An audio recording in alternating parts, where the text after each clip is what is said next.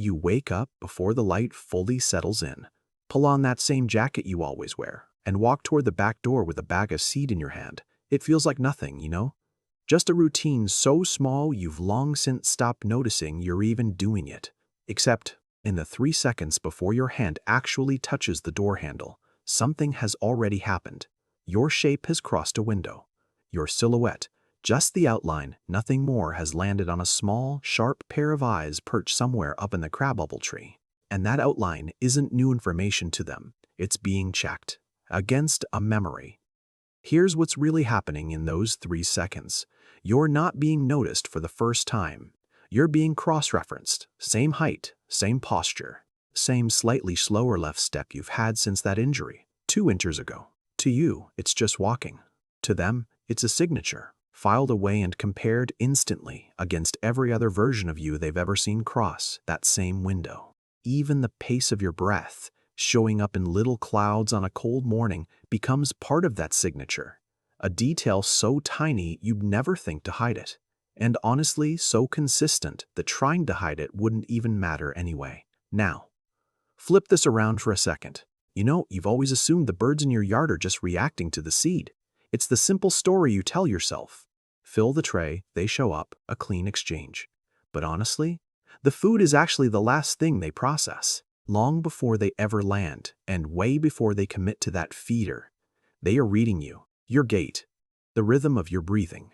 Whether your movements carry that erratic, twitchy tension of something hunting, or just the flat, boring consistency of something harmless. Lutids, Rosellas, sparrows, whatever visits your particular patch of the world, none of them evolved to care about plastic trays. They evolved to survive things that move wrong. And right now, whether you realize it or not, you're being measured against that ancient filter every single morning. Just consider what that filter is actually built for.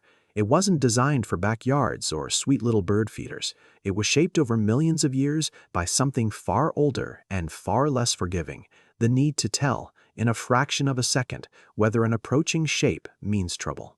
That system doesn't just switch off because the shape happens to be holding a scoop of seed. It runs constantly, quietly, underneath every single visit, checking your cadence against a survival template, not a friendliness chart. And this is where it gets interesting. Your garden was never really a neutral space to begin with. You think of it as yours, your fence, your gutter, your patch of grass. But to the birds occupying it, it's a mapped grid of micro-territories. Every fence post, every gutter line, every low branch is basically a high-altitude observation deck. Positions chosen specifically because they let a tiny brain track your comings and goings with almost unreasonable precision. They know what time you tend to show up. They even know what mood usually arrives with you rushed and clipped on a frantic weekday morning, slower and looser on the weekend. This isn't just folklore, you know. It's basic threat assessment, running silently in the background of every single visit. Now, here's the part nobody tells you. This is the one that kind of changes how you see your own backyard forever. You might think standing completely still is the kind, careful thing to do. You freeze on the back deck, holding your breath, trying not to startle them, moving as little as humanly possible so they'll feel safe. But to a brain built entirely around motion physics, stillness isn't safety at all. It's ambush. Predators don't just charge out in the open. They wait, motionless, for the exact right second to strike. So when you go rigid on that deck, breath held, eyes locked, you're not broadcasting calm. You're broadcasting the exact posture of something about to pounce, that unnatural stillness you think is respectful. It reads, instead, as a held breath right before a lunge. This matters. It's the exact opposite of what you intended, and it's happening every single time you try just a little too hard to be careful. Think about this for a second. The birds that stay the farthest away from you aren't actually just shy. They're the ones who have figured out that your stillness might be a trap, and they've adjusted. And those really bold ones, the ones that will practically eat right out of your hand, they're the ones who have watched you long enough to know your stillness is actually harmless, not just some predator trying to look patient. But it goes way deeper than just one morning or one held breath. You aren't dealing with a handful of birds starting fresh every single day. You're dealing with memory, real memory, stacked up over years, sometimes longer than you've even lived in your house. The birds sitting in your yard right now are carrying information passed down through the flock. Chickadees are famous for this. They know exactly how low your feeders got during last winter's worst cold snap, honestly. Probably before you even noticed the seed was running out. Somewhere in those calls between the branches, there's a whole history being shared. Which houses run out of food? Which ones don't? Which humans can actually be trusted when the temperature drops? Fledglings that weren't even alive last winter still seem to inherit that caution and hesitation. They carry the wariness of the birds that came before them. You are never just feeding today's visitors. You were building or breaking a reputation that lasts way past a single season. And this is where things go from kind of charming to actually pretty serious. When you forget to refill that feeder just one missed morning, no big deal to you. You aren't just skipping a snack for them. You're breaking a promise. Somewhere in that tiny, fast-processing brain, your yard was marked as a sure thing. A safe, reliable spot in a world that is otherwise completely unpredictable. The second that trust breaks, even once, they have to rethink everything. Is this place still worth the energy? Are you still a safe bet, or has your yard just become a dead end? No different than a tree that stopped growing fruit or a pond that finally dried up. And here's the part that's honestly a little unsettling. Birds don't slowly forgive you the way we do. They adjust their plans fast, because being slow to adapt in the wild gets you killed. One missed refill during a really tough week of winter can cost you weeks of visits, and you're just left standing there, wondering why the yard suddenly feels so empty. It almost never happens with a big dramatic scene. No mass exit, no obvious sign that you broke their trust, just a slow, quiet thinning out.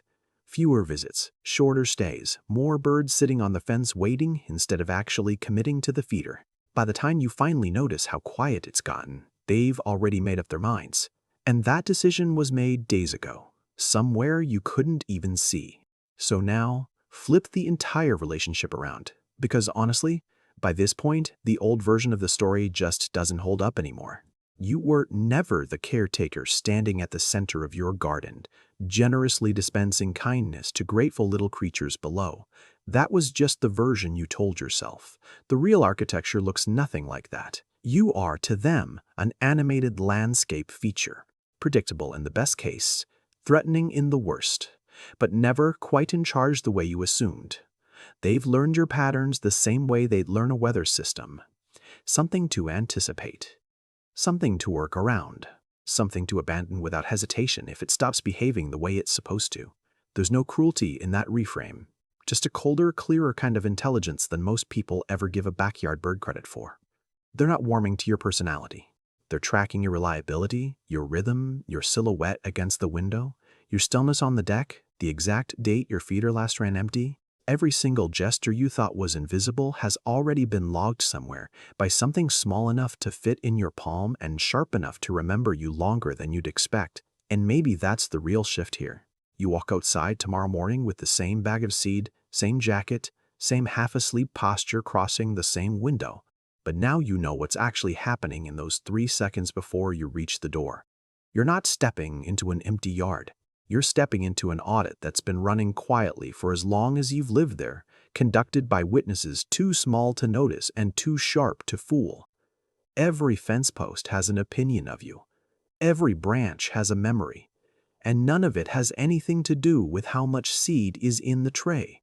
So here's the question worth sitting with. What's the one habit in your yard, the way you walk, the time you show up, the exact spot you always stand, that you suspect the birds around you have already memorized, long before you ever noticed them watching?